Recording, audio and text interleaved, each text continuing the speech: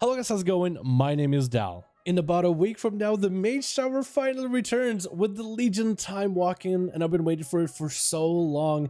I've missed the Mage Tower ever since we got to try it again on PTR. The tower returns with same challenges but new rewards, and part of those rewards are going to be tier 20 recolors of the iconic class sets. We got the new Fell Werebear form for Druids, a new mount for doing every one of the challenges across multiple characters, and even an achievement for doing it on one of every spec in the game. With the anniversary event, time to get some characters at least to level 45 in order to attempt the challenge. But what is the minimum amount of classes you need to have the easiest time inside of the tower in order to complete every challenge, at least for the mount? But right before we get into it, most of you guys watch these videos are not subscribed, and if you're watching anyway, you might as well hit subscribe as well as hit the bell, especially if you want to catch some future WoW updates like 9.2, which could be coming out on PTR later this week, hopefully. The three classes I recommend for you to level right now before the Mage Tower are going to be Druid, Rogue, and Hunter. Starting with Druid, you have 4 different specs. Guardian, Feral, Boomkin, and Resto all see a different challenge inside of the tower. So getting a Druid up and running means you'll be able to tackle 4 different challenges on one class. Starting off with Guardian Druid, you're presented with the High Lord's Return, which is the tank challenge. During phase 1 of the fight, the boss has an aura around him. Standing near the aura, which is mostly in melee of the boss, puts a debuff on you that decays over time.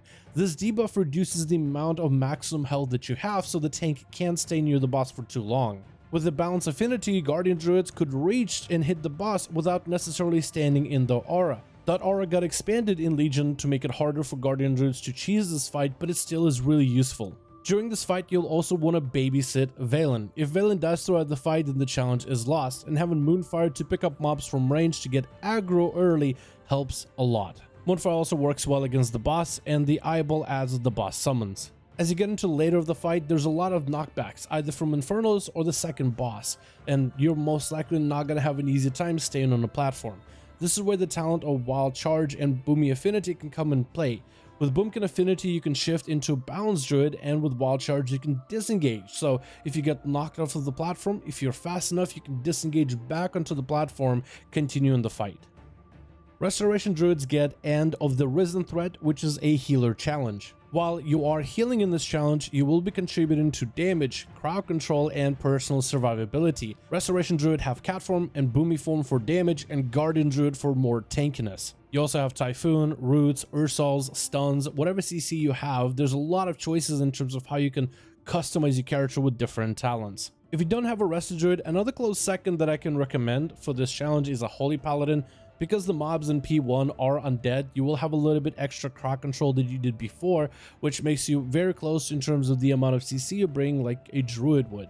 But Paladins also have a lot more emphasis in the melee damage, since a good portion of the healing is being in melee, pressing Crusader Strike or Judgment, so it's free damage while you're healing. Bubble, Blessing of Protection, all those immunities also come in hand as well, just letting you be a little bit tankier throughout this fight and just be a little bit safer.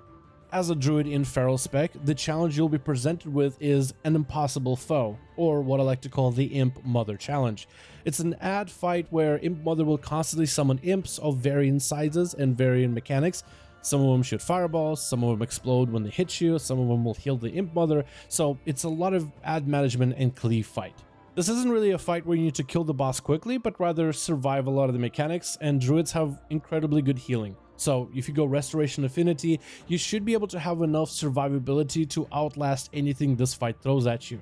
There's even a P2 of the fight where the boss will go from the front of the room to the back of the room with fell boulders Indiana Jones style rolling down the hill, and as a Druid, if you have Bark Skin and you survive a boulder, you can usually recover easier than some of the other classes. An alternative to the Druid, also a class on this recommended list video, is a Rogue. Out Rogues have much better energy regeneration than a Feral, not as good of survivability, so you can only take a handful of boulders before the fight is over, but Cloak of Shadows does give you that immunity for really tight situations. Cheat Death can give you that safety net in case things really go bad, but your energy regeneration as well as Mark for Death lets you deal with the ads slightly easier.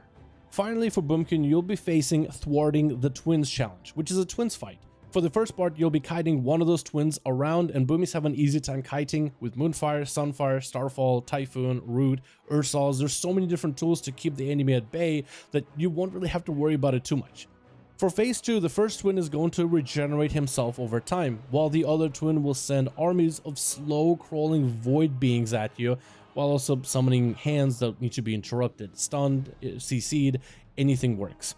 This sounds like a druid paradise, a lot of slow crawling mobs in multiple numbers with starfall raining down on them.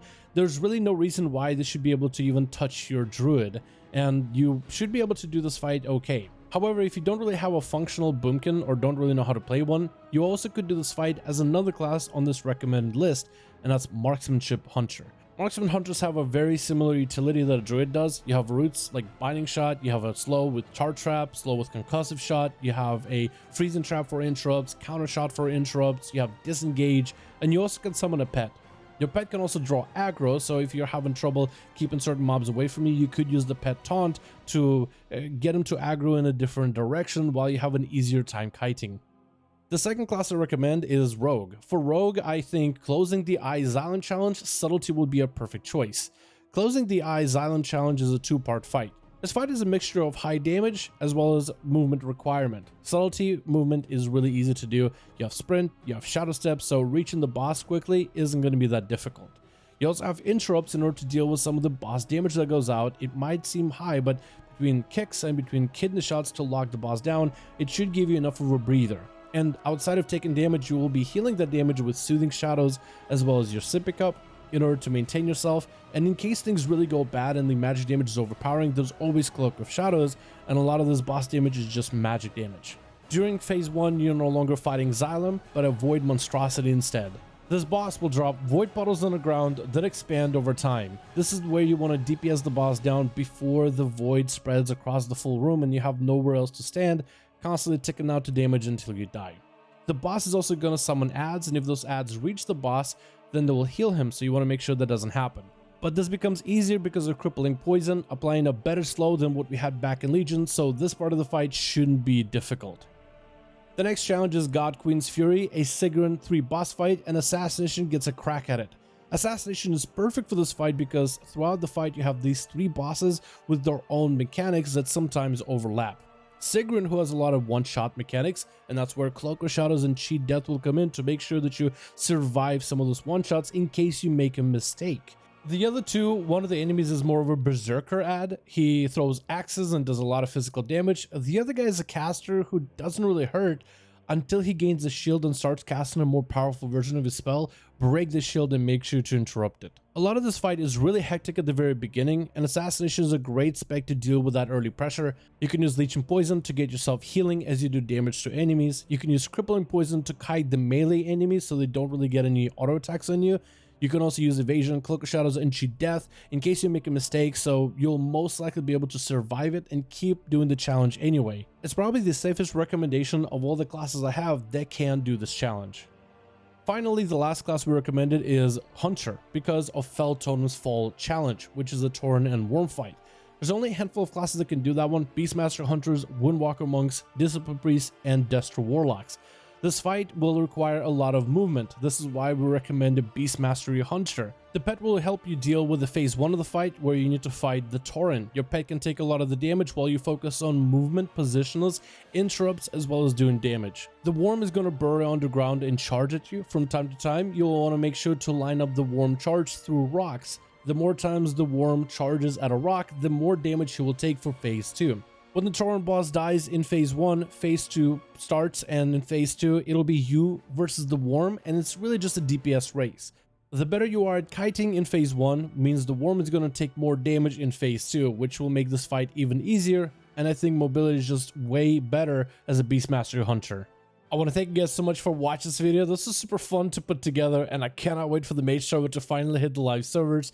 What is the first class you guys are going to do the Mage Tower on? For me, it's going to be Warlock for that sweet set, but also, of course, my main rogue. If you guys enjoyed this video, found it informative, give it a thumbs up. I would very much appreciate. Let me know your thoughts all in the comments, or hit us up on Discord. Link to the channel Discord always in the description of the videos. That's probably the best place to catch me. Hope you guys enjoyed. Thank you so much for watching, and I'll see all of you in the next one.